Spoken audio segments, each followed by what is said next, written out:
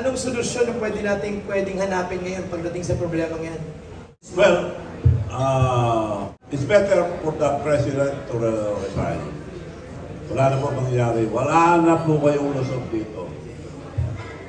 Ang taong bayan, pulong-pulo na, at hindi yun na po mabula ang taong bayan. Yung press con yung kagabi, walang maniniwala. Dahil nagbugas na kayo ng kamay. Binintakan nyo lahat. Tapos na, kaligayahan nyo. Makukulong kayo lahat. Parang tapos na kayo, kami hindi. Kami lang magpapasko. Kami lang ang maligaya. Wala na kayo. Katapusan nyo na lahat. Wala akong naniniwala dyan. Government watch for destabilization. Kulang yan. May kulang. May kulang. Ano pong kulang? Minention lahat, destabilization, Romeo Poquis, Orly De Leon, Benjamin Magalong, Johnny Macana, Kaya po bang basahin kayo ni isa? Okay. Romeo Poquis, Orly De Leon. Layo muna. Sabi dyan, here's an insider list of people the government is watching that are behind the reported current destabilization. Yes. Yan yung tinawag dating Oplan bag on the go. Ngayon ko lang narinig yun. Kaya ito, hindi totoo ito, palakot lang nila at kulang. At isa-isahin ko, tagdag niyo yung kulang. Romeo Poquis, Orly De Leon, Benjamin Mangalong, Johnny Macanas, Gerald Bantag, Colonel La Chica, Colonel Leonardo, Colonel Metran, Kapitan David Adado Enriquez, Ferdinand Topacio, Vic Rodriguez, Mike Defensor, Chavit Singson, Rodante Marcoleta, Orlando Olamit alias Monk, and possible financiers, VP Sara Duterte, Congressman Pulong Duterte, Chavit Singson.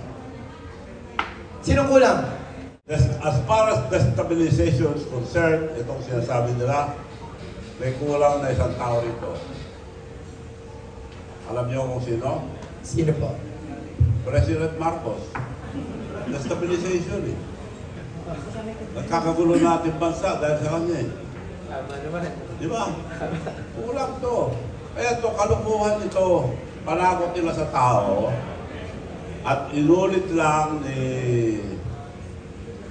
Ramon Tulfo ang sinabi yung bayaran na troll, yung bayaran na attack dog. Siya nagsalita muna nito eh. Tapos kinumpya ni Tulfo, I don't know his purpose. Yun. Yan nga, kulang. Kasama Baka imposible kami dahil hindi ko kilala. 5 lang kilala ko nito.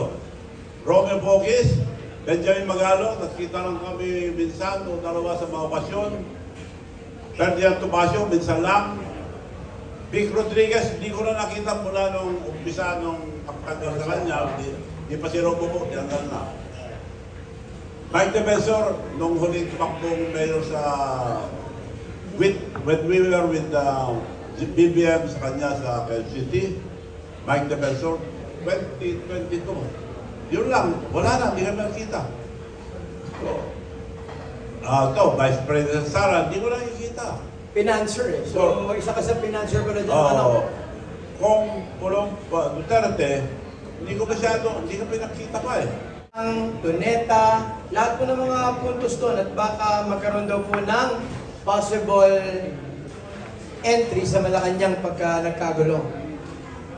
Posible yun. Ano pong opinion niyo doon? Dahil galit na ang taong bayan. Huwag na niyang antayin, galit ng tao, huwag niyang antayin, magalit pa uli ang mga tao. Baka mapalis siya kagaya ng tatay niya. Baka mas masahol pa. So, I will suggest again, more honorable kung mag-exit na siya, huwag na niya bulayan ng mga taong bayan. Lalo lang magagalit ang taong bayan sa ginagawa niyang pagpupula. Inibintangan niya lahat. Eh, nung dumating sa pinsan niya, Mr. President, last night, si Speaker Romualdez.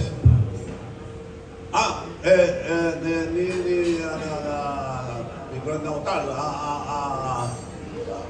Maybe, I'm just saying, Well, Senate, I don't know. I don't know. Kaya marami ngayon. Ngayon biglang kinabahan. Bakit di niya sinagot? Na gusto. Yun. Tapos alis. Senate, I don't know. Kumukuha niyo man. Ano ba yun? Ilang beses mo pinanood yun? Parang kumukuha mo yung ginawa. Nakinig lang ako kagabi. Hindi ko na makalimutan, kagabi lang. Nung binanggit si Speaker Romualdez, biglang,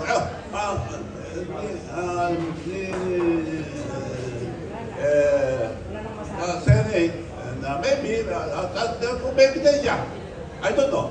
Anong opinion niyo sa ombudsman sa mga nangyayaring ganyan? Ano ba akala mo? Sino nag-appoint? Kaya, Hindi pa nga umuupo eh. Babalikan ko yung mga Duterte. Hindi, ang ombudsman should be neutral. Walang pinapanigan. so hindi ka naniniwalang neutral ngayon? Naniniwala ka ba? Siyempre no. So linawin ko lang, Manong. Ang suggestion mo, mag-step down na si President para walang gulo. More honorable. Huwag niyang antayin na sobra ng galit ang tao. Ano bang pwede mangyari pag umabot yung sobrang galit niya? Well, nobody can tell, pero masama. Marami po nalilito, Manong. I just wanna get your opinion. Si Sir Bronner nagsalita, no, regarding the AFP's position kung sakaling magkaroon ng anumang mga events.